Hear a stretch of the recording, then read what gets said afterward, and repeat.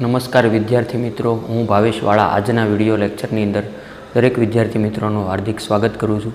વિષય biology chapter 2 જૈવિક વર્ગીકરણની અંદર આપણે વાત કરતા હતા કે 5 સૃષ્ટિ જે આર.એચ. વિટેકરે આપેલી 1969ની અંદર આપણે તેમાંથી જે મોનેરા સૃષ્ટિનો સંપૂર્ણ અભ્યાસ ઓલરેડી આપણે કરી ગયેલા, એવી જ રીતના પ્રોટિસ્ટાનો પણ અભ્યાસ આપણે પૂર્ણ કર્યો।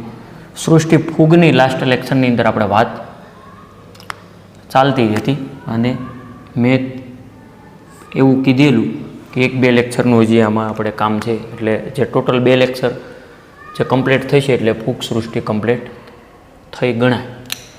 તો સૃષ્ટિ ફૂગની આપણે વાત કરતા હતા કે ફૂગ સૃષ્ટિ છે એ વિષમપોષી છે, જે મને તમને ખ્યાલ છે કે જેની બાહ્યાકાર બરાબર અને તેના નિવાસસ્થાનની રીતે ઘણી બધી વિવિધતા હોય। દાખલા તરીકે બ્રેડ ઉપર જોવા મળતી ફૂગ બરાબર સફેદ જે તાતણા સ્વરૂપે હોય, એવી રીતના નારંગીનો સડો કે બિલાડીનો ટોપ એટલે કે મશરૂમ, અને રાઈ પર જે કંઈ થતી ફૂગ સફેદ ટપકા સ્વરૂપે, એ પણ મેં વાત કરેલી કે ફૂગ છે એ સર્વત્ર જોવા મળશે, હવા, પાણી, જમીન વગેરે, વનસ્પતિ પર, પ્રાણી પર। તો જે ફૂગના મેં 2 પ્રકાર આપ્યા હતા કે દાખલા તરીકે મોસ્ટ ઓફલી ફૂગ બહુકોષીય જ છે, પણ અપવાદ દાખલા તરીકે ઈસ્ટ એકકોષીય ફૂગ હોય। બહુકોષીય ફૂગ છે એ લાંબી, પાતળી બરાબર જે રચના ધરાવે, જેને આપણે કવક તંતુ અથવા કવક સૂત્ર કહેતા હતા, અને આ કવક તંતુ કે કવક સૂત્ર જાળી જેવી રચના બનાવે, જેને કવક જાળ વિદ્યાર્થી મિત્રો હું તમે યાદ રાખેલું, ઓકે।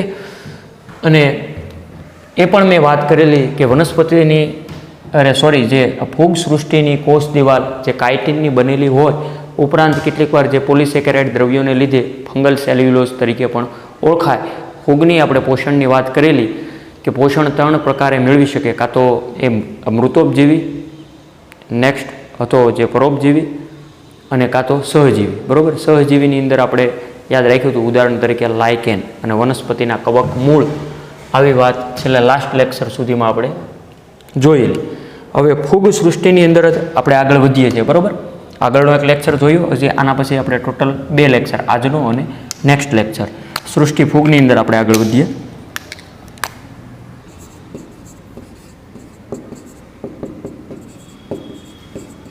સૃષ્ટિ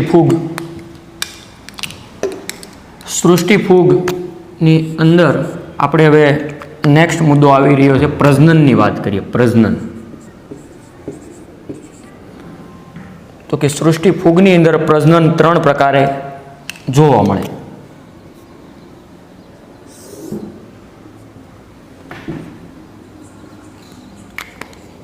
તો એમાં પ્રથમ મુદ્દાની અંદર આવશે વાનસ્પતિક પ્રજનન।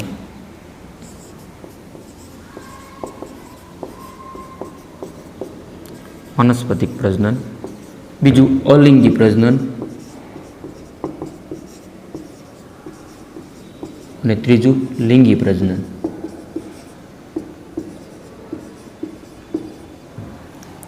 વાનસ્પતિક પ્રજનન ફૂગની અંદર 3 પ્રકારે થઈ શકે, જેવું કે ભાજન દ્વારા થઈ શકે, અવખંડન દ્વારા થઈ શકે કે કલિકા સર્જન દ્વારા। આ ત્રણ પદ્ધતિ આપણી ટેક્સ્ટ બુકમાં લખેલી છે, એ લખી। અલિંગી પ્રજનન છે એ ચલ બીજાણુ,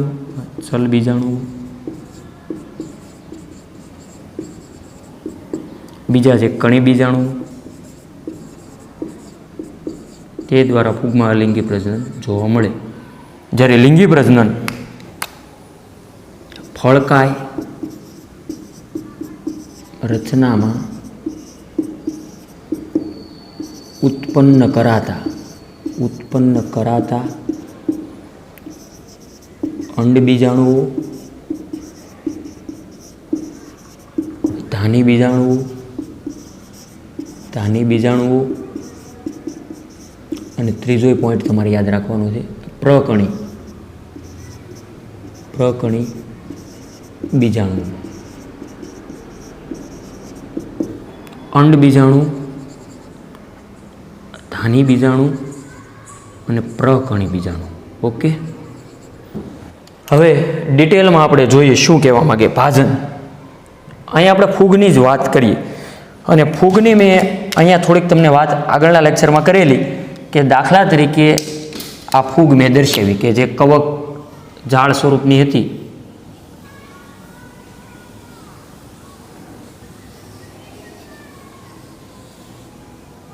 આ રીતના મેં ફૂગ તમને દર્શાવેલી, બરાબર, લાસ્ટ લેક્ચરની અંદર. એમાં જે કોષ કેન્દ્રો હોય,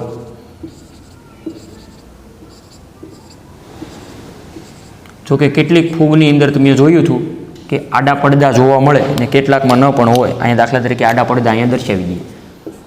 ઓકે, આડા પડદા જોવા મળે. જોકે ફૂગમાં કોષ દિવાલ તો હોય જ તે, હવે આડા પડદા કે ખાનાઓ ધરાવે. તો અહીંયા આપણે કીધું ભાજન. ભાજન એટલે કે ભાગલા પડે, દ્વિભાજન, બે સરખા ભાગ થાય, બરાબર. દાખલા તરીકે આ એક ફૂગ છે. આ થોડુંક રસપ્રદ માટે વધારાની આકૃતિ બનાવું છું. આ દાખલા તરીકે આ એક ફૂગ, બરાબર, એના બે સરખા ભાગ થાય આમ, બરાબર, અને સ્વતંત્ર ભાગ એ સંપૂર્ણ વિકાસ પામીને એ સ્વતંત્ર નવી ફૂગ તરીકે અસ્તિત્વમાં આવી શકે. આ દ્વિભાજન, બે સરખા ભાગ. અવખંડન તમારા આગળના ધોરણોમાં આવી ગયું કે સ્પાયરોગાયરા વનસ્પતિની અંદર, લીલની અંદર અવખંડન થાય. અહીંયા આપણે ફૂગની જ બધી વાત છે કે ફૂગમાં અવખંડન એટલે કે આના નાના નાના ટુકડા થઈ જાય. દાખલા તરીકે આ જે ટુકડા અહીંયા હું લઈ લઉં, આ જે ટુકડા છે એ સંપૂર્ણ જે નવો ટુકડો છે એ વિકાસ પામી અને જે પુખ્ત બની અને ફૂગની રચના કરશે. જ્યારે કલિકા સર્જન, જે બહારની બાજુ બાહ્ય સપાટી ઉપર જે કલિકા જેવો ભાગ બનશે, જે વધારાની એક પ્રકારની શાખા, એ ભાગ જે પિતૃ પક્ષથી જુદો પડી અને સ્વતંત્ર સજીવ તરીકે નિર્માણ થઈ શકે, જેને આપણે કલિકા સર્જન કહેવાય. આ પણ તમારા ધોરણ 10માં હાઇડ્રા ઉદાહરણ આવી ગયું. અહીંયા પણ આપણે ફૂગની વાત કરીએ, એ ખાસ તમને ખ્યાલ રહેવું જોઈએ. અલિંગી પ્રજનનની અંદર ચલ બીજાણુઓ અને કણી બીજાણુઓ. ચલ બીજાણુ એટલે કે એવા બીજાણુ કે જેમાં કશા હાજર હોય. એ તો આગળ આપણે શીખી ગયા કે જેમાં કશા હોય તો એક જગ્યાએથી બીજી જગ્યાએ હલનચલન અને પ્રસલન થઈ શકે. એટલે કે ચલ બીજાણુમાં કશા અવેલેબલ હોય, જ્યારે કણી બીજાણુમાં કશાઓ ગેરહાજર હોય. લિંગી પ્રજનન તો કે ફળકાય રચનામાં ઉત્પન્ન કરાતા અંડ બીજાણુઓ. આ ફળકાય રચના શું? તો દાખલા તરીકે લિંગી પ્રજનનની અંદર તમને ખબર છે નરજન્યુ અને માદાજન્યુ, બરાબર. અગાઉ મેં તમને સમજાવ્યું હતું માનવના કન્સેપ્ટ મુજબ કે નરજન્યુ અને માદાજન્યુ અનુક્રમે ભેગા થાય ને ફલનનું ફલિતાંડમાં નિર્માણ થાય ને જે કાંઈ ફળ અસ્તિત્વમાં આવે. એટલે કે આ જે ફલિતાંડની જે એક પ્રકારની રચના છે જેને ફળકાય અહીંયા કહેવાય, જે ફૂગમાં. એટલે કે ફળકાય રચનામાં ઉત્પન્ન કરાતા અંડજન્યુઓ, ધાની બીજાણુઓ અને પ્રકણી બીજાણુઓ. હવે મેં અહીંયા થોડીક વધારાની આકૃતિ દર્શાવેલી છે જે આપણી ટેક્સ્ટ બુકમાં નથી. જે તમારે વધારાની દોરવી હોય તો દોરી શકો, બરાબર, એક્સ્ટ્રા માહિતી માટે. દાખલા તરીકે એસ્પરજિલ્સ નામની ફૂગની અંદર જે કણી બીજાણુઓ જોવા મળે અને પેનિસિલિયમ નામની ફૂગમાં પણ કણી બીજાણુઓ જોવા મળે, બરાબર. જે કણી બીજાણુ એટલે કે મેં તમને કીધું કે જે અચલિત છે. કે દાખલા તરીકે આ જે રચના જોઈ શકો, મેં બહારની બાજુ કણી બીજાણુ મેં દર્શાવ્યા, અંદરની બાજુ જે પ્રવર્ધ જ્યાંથી ઉત્પન્ન થાય તે આખી ધરી, જેને કણી બીજાણુ ધાની ધર કહેવાય. એટલે કે આ જે રચના તમે જોવો છો એ બહારની તરફ લાગે છે કે અંદરની તરફ લાગે છે? તો કે બહારની તરફ. એટલા માટે આને બહિર્જાત આવો શબ્દ લખેલો છે. આ ટેક્સ્ટમાં આગળ બધું આવશે જ. બહિર્જાત પ્રકારનું અલિંગી પ્રજનન થાય. આ શબ્દો સમજાવવા માટે આ બે આકૃતિ, અહીંયા જે 3 આકૃતિ દર્શાવી. હવે જે કેટલીક વાર અલિંગી પ્રજનન છે એ દાખલા તરીકે જે કોથળી જેવી રચના, એની અંદર ધાની કે જે કોટરો આવેલા છે, એટલે કે ધાની બીજાણુઓ આવેલા છે, એક પ્રકારના કોટણ, જે કોટર, અને તેની અંદર જે બીજાણુઓ નિર્માણ થશે, જે અહીંયા બહિર્જાત કીધું, આ અંતર્જાત છે. કેવા છે? અંતર્જાત પ્રકારના બીજાણુઓ ઉત્પન્ન થાય. અંતર્જાત બોલે તો અંદરની તરફ જે ઉત્પન્ન થાય તેને વિદ્યાર્થી મિત્રો અંતર્જાત પ્રકારના કહેવાય, જ્યારે બહારની તરફ ઉત્પન્ન થાય તેને બહિર્જાત પ્રકારના કહેવાય, બરાબર. તો આ શબ્દો હવે તમને સમજાઈ ગયા છે કે અંડ બીજાણુઓ, બરાબર, કે અંડકની અંદર ઉત્પન્ન થાય આવું કંઈક ધાની બીજાણુઓ, જે કોથળી, બરાબર, જે એના કોટરની અંદર ઉત્પન્ન થાય. પ્રકણી બીજાણુ જે બહારની તરફ ઉત્પન્ન થાય એ અહીંયા થોડુંક આપણે જોયું. હવે આપણે વિસ્તૃતમાં 1 by 1 એક એક મુદ્દા જોતા જઈએ. હવે નેક્સ્ટ મુદ્દો આવી રહ્યો છે લિંગી પ્રજનનના તબક્કા.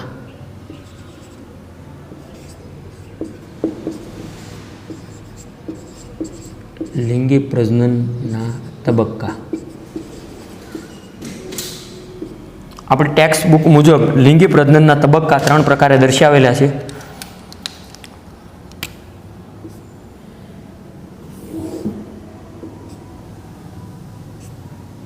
નંબર 1 માં આવશે જીવરસ સંયુગ્મન.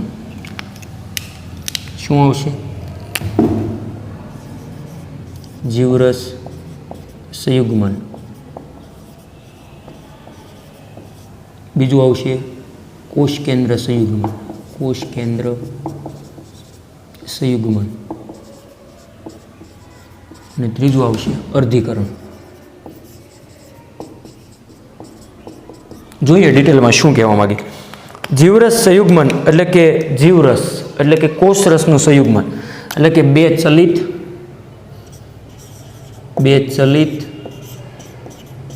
કે અચલિત જન્યુઓ વચ્ચે જીવરસના જોડાણને શું કહેવાય વિદ્યાર્થી મિત્રો? જીવરસ સંયુગ્મન. બે ચલિત કે અચલિત, એ જો ચલિત હોય તોય ભલે અને અચલિત હોય તોય ભલે, એ બંને એટલે કે બે જન્યુઓ વચ્ચે જીવરસનું જોડાણ થાય તેને જીવરસ સંયુગ્મન કહેવાય. બરાબર? કોષ કેન્દ્રનું સંયુગ્મન એટલે કે કોષ કેન્દ્રોનું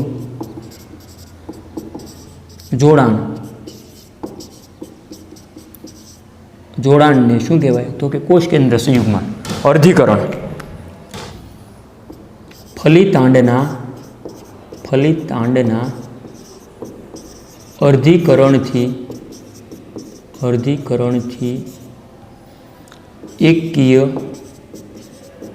એકકીય બીજાણુઓ ઉત્પન્ન થાય છે.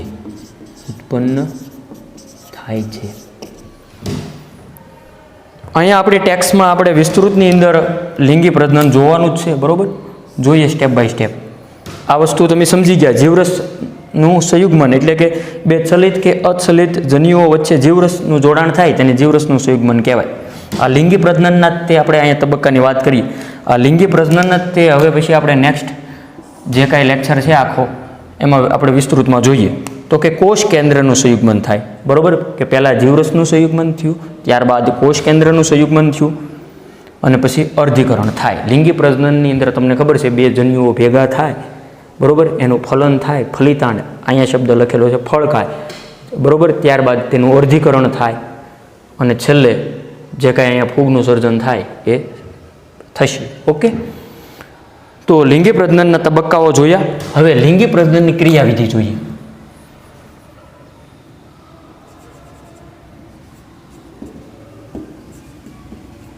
લિંગી પ્રજનનની ક્રિયાવિધિ.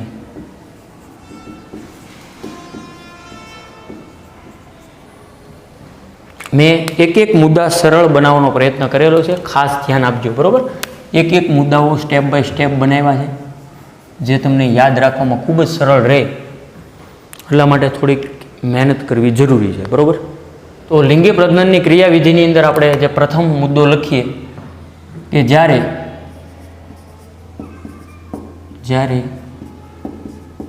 લિંગી પ્રજનન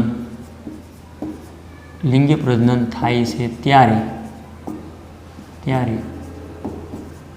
શું થાય? ત્યારે તો કે એક કવક તંતુઓ પણ કેવા? ખાસ યાદ રાખજો, એકકીયવાળા કે જે શું કીધું? જ્યારે લિંગી પ્રજનન થાય છે ત્યારે બે કવક તંતુઓ એકકીયવાળા કે જે સંવનન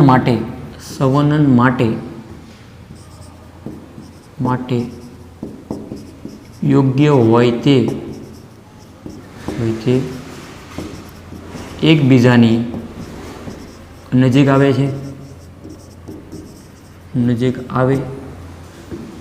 અને જોડાય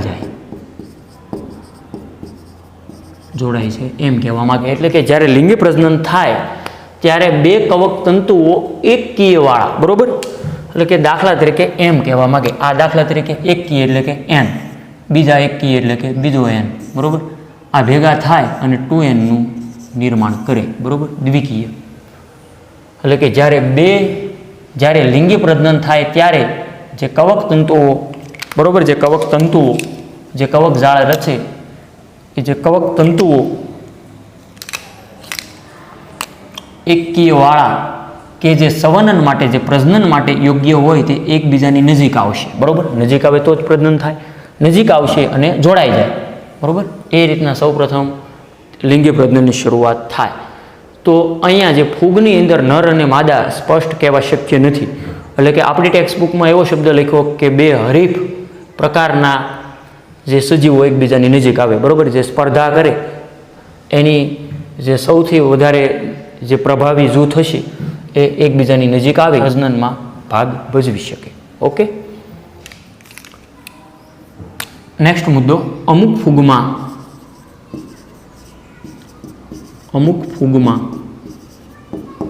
ફૂગમાં બે એકકીય કોષો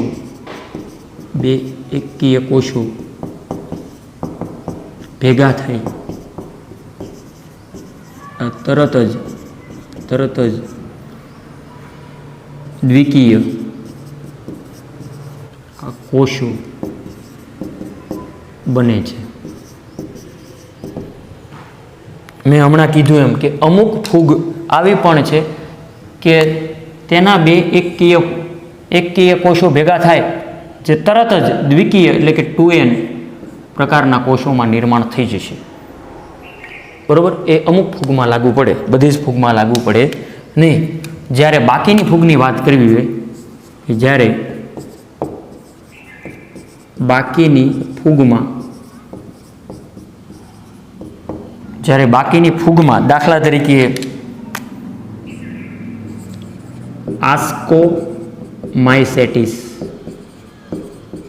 આસ્કોમાઇસેટિસ પ્રકારની ફૂગ અને એક બીજો પ્રકાર તમારે યાદ રાખવાનો છે, અને બેસિડિયોમાઇસેટિસ.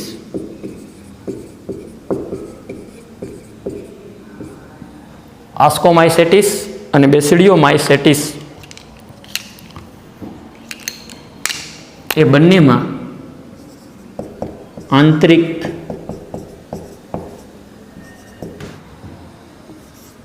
દ્વિકોષ કેન્દ્રી અવસ્થા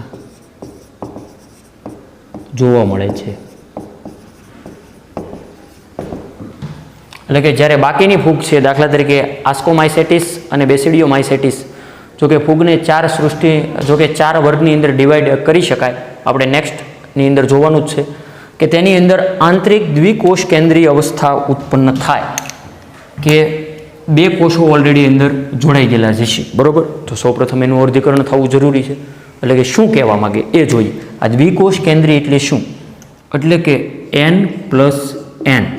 દ્વિકોષ કેન્દ્રી એટલે કે n+n, એટલે કે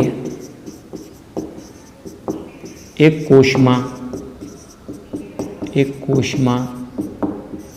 બે કોષ કેન્દ્ર જોવા મળે વિદ્યાર્થી મિત્રો. આવી સ્થિતિને દ્વિકોષ કેન્દ્રીય અવસ્થા કહેવાય, n+n, બરાબર. જે અહીં મેં તમને સમજાવ્યું. આ દ્વિકોષ કેન્દ્રીય અવસ્થા એટલે કે 2n જોવા મળે. આ દાખલા તરીકે આસ્કોમાઇસેટિસ અને બેસિડિયોમાઇસેટિસ વર્ગની ફૂગમાં આ જે દ્વિકોષ કેન્દ્રીય અવસ્થા જોવા મળી, તો આવી સ્થિતિને વિદ્યાર્થી મિત્રો ખાસ યાદ રાખજો નીટ માટે. આવી સ્થિતિને શું કહેવાય? આવી સ્થિતિને જે એક શબ્દ આવી રહ્યો છે ખૂબ જ ઇન્ટરેસ્ટિંગ છે, ડાયકેરિયોન કહેવાય. શું કહેવાય? ડાયકેરિયોન એટલે શું? જો કે ડાય એટલે બે એટલે કે 2, બરાબર. જ્યારે કેરિયોન એટલે કે ન્યુક્લિયસ એટલે કે કોષ કેન્દ્ર, બે કોષ કેન્દ્ર ધરાવે. આવી સ્થિતિને આપણે શું કીધું વિદ્યાર્થી મિત્રો? ડાયકેરિયોન. આ શબ્દ ખાસ યાદ રાખજો, બરાબર. જે ટેક્સ્ટ બુકમાં લખેલો નથી પણ એક્સ્ટ્રા તમારે યાદ રાખવાનો છે, ડાયકેરિયોન. અને આવી અવસ્થાને શું કહેવાય? આ સ્થિતિ હોય તો આવું, અને આ અવસ્થાને આ અવસ્થાને વિદ્યાર્થી મિત્રો ડાયકેરિયોઝ કહેવાય. શું કહેવાય? ડાયકેરિયોઝ. આ ડાયકેરિયોઝ લખ્યું. એ ડાયકેરિયોઝ એ કંઈ નવું નથી, પણ આ જ થયું. દ્વિકોષ કેન્દ્રીય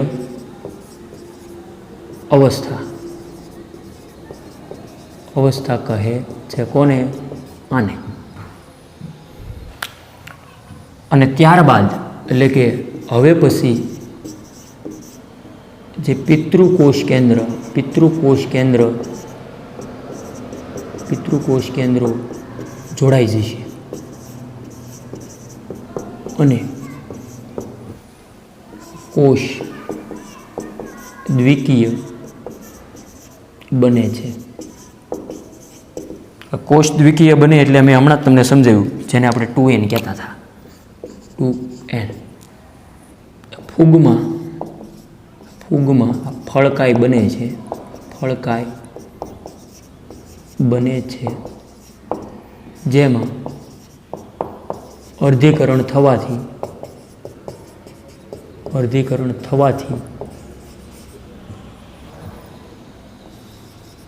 એકકીય બીજાણુઓનું નિર્માણ થાય છે.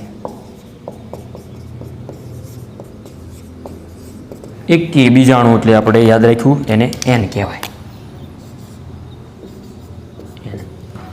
જોઈએ આપણે વિસ્તૃતમાં બધું જોઈ લીધું. ઓકે, હવે શોર્ટમાં આપણે ક્વિક રિવિઝન જોઈ લઈએ કે જ્યારે લિંગી પ્રજનન થાય ત્યારે બે કવક તંતુઓ એકકીયવાળા એન હશે. બરાબર? આવા એન એકબીજાની નજીક આવશે અને જોડાઈ જશે. બરાબર?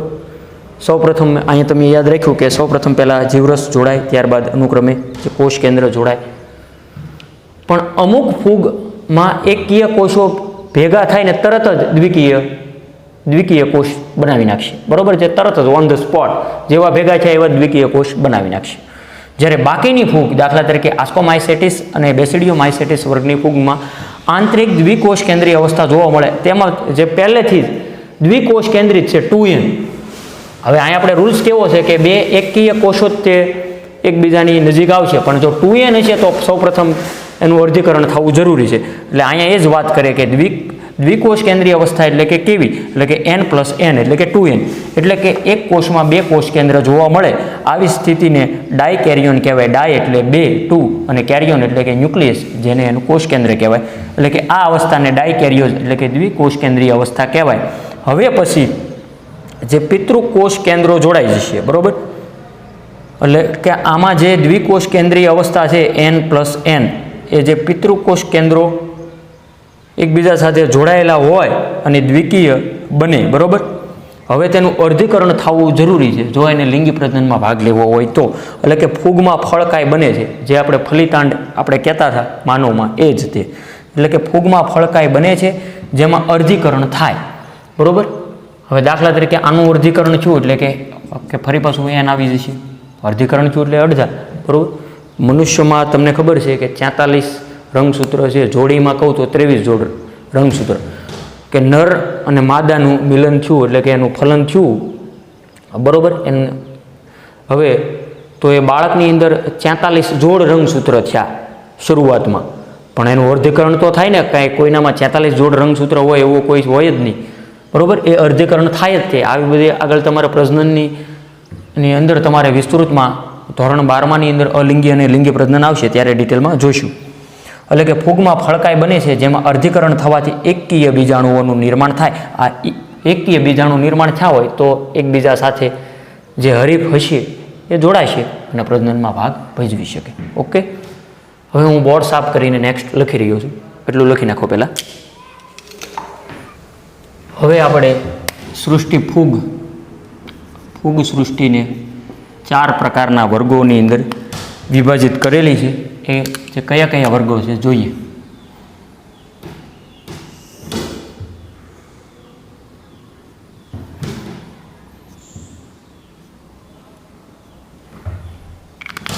ફૂગ સૃષ્ટિને મેં કીધું એમ કે 4 વર્ગોમાં વિભાજિત કરેલી છે, બરાબર. એ 4 વર્ગો ખાસ તમારે યાદ રાખવાના છે. એ 4 વર્ગો લખતા પહેલાં શેના આધારે આપેલા છે એ ખાસ એ પણ યાદ રાખવું. શેના આધારે આપેલા હોય એ આપણે અહીંયા લખીએ ઉપર.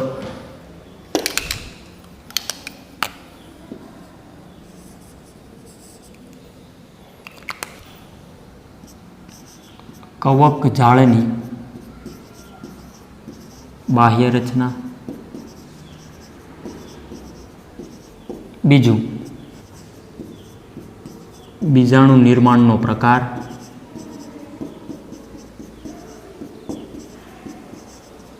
અને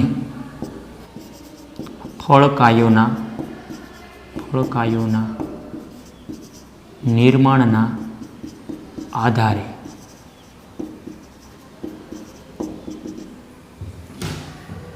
સૃષ્ટિ ફૂગની અંદર આપણે વાત કરીએ કે 4 વર્ગોમાં વિભાજિત કરેલી છે. એ 4 વર્ગો કયા કયા છે એ હવે હું અહીં લખી રહ્યું છે. ખાસ નામ યાદ રાખજો. પહેલું આવશે ફાઇકોમાઇસેટિસ. માઇસેટિસ દરેકમાં કોમન શબ્દો છે. બીજો જે પ્રકાર છે આસ્કોમાઇસેટિસ. ત્રીજો પ્રકાર છે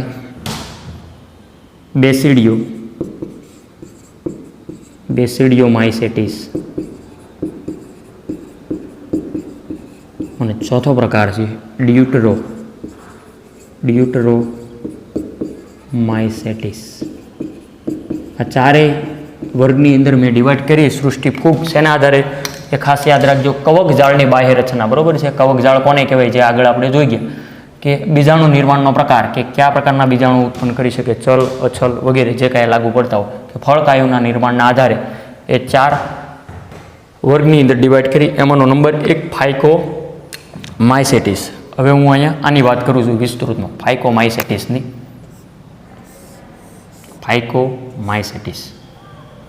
ફાઇકોમાઇસેટિસની સૌપ્રથમ મારે જે કવક જાળની વાત કરી દેવી છે. જે કવક જાળની બાહ્ય રચનાના આધારે, તો કે કવક જાળ છે ફાઇકોમાઇસેટિસની, એ કેવી છે? પડદાવિહીન અને બહુકોષ કેન્દ્રીય. ગયા લેક્ચરમાં મેં આકૃતિ દોરી હતી અને આજના લેક્ચરમાં હમણાં દોરી હતી કે કવક જાળ જે પડદાવિહીન અને બહુકોષ કેન્દ્રીય હોય, બરાબર. હવે ખાસ કરીને અહીંયા આપણે હવે હું જે વાત કરું છું એ તમારે ફાઇકોમાઇસેટિસનું સમજવાનું છે. ઓકે. તો આ ફૂગ છે એ સામાન્ય રીતે જલજ છે.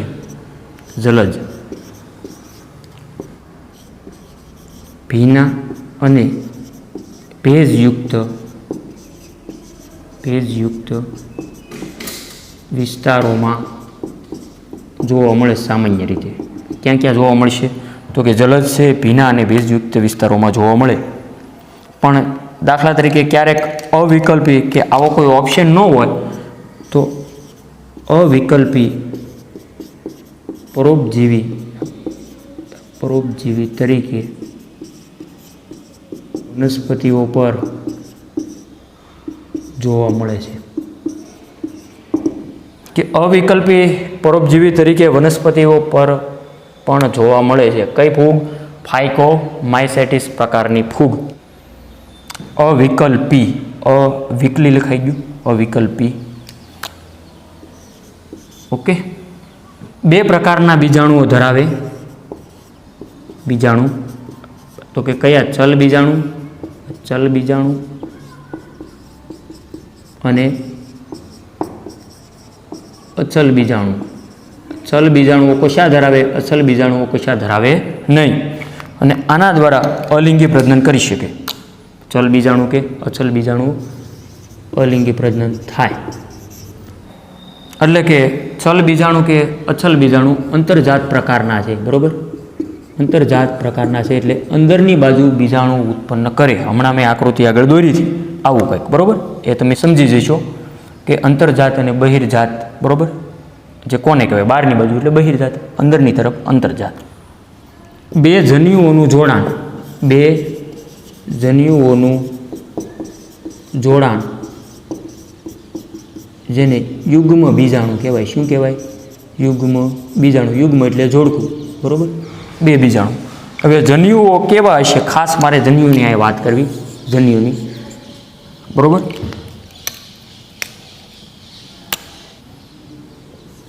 જો બાહ્યાકાર રીતે સરખા હોય તો તેને કંઈક કહેવાય, અને બાહ્યાકાર રીતે સરખા ન હોય તેને શું કહેવાય? આ બંનેનું નામ આવે છે, જે ખાસ યાદ રાખો. જો બાહ્યાકાર રીતે સરખા હોય તો આવા જન્યુને સમજન્યુક કહેવાય. શું કહેવાય? સમજન્યુક. આ વ્યાખ્યા કહો તો વ્યાખ્યા છે. જ્યારે સરખા ન હોય તો તેને વિષમજન્યુક કહેવાય. વિષમજન્યુક અથવા અંડજન્યુક કહેવાય. હવે આ જે ફાઇકોમાઇસેટિસના ઉદાહરણ જોઈ લી. ઉદાહરણ તો એના ઉદાહરણમાં પ્રથમ આવશે મ્યુકર, બીજું છે રાઇઝોપસ એટલે કે બ્રેડ મોલ્ડ એટલે બહુકોષી, બરોબર? અને નેક્સ્ટ આવશે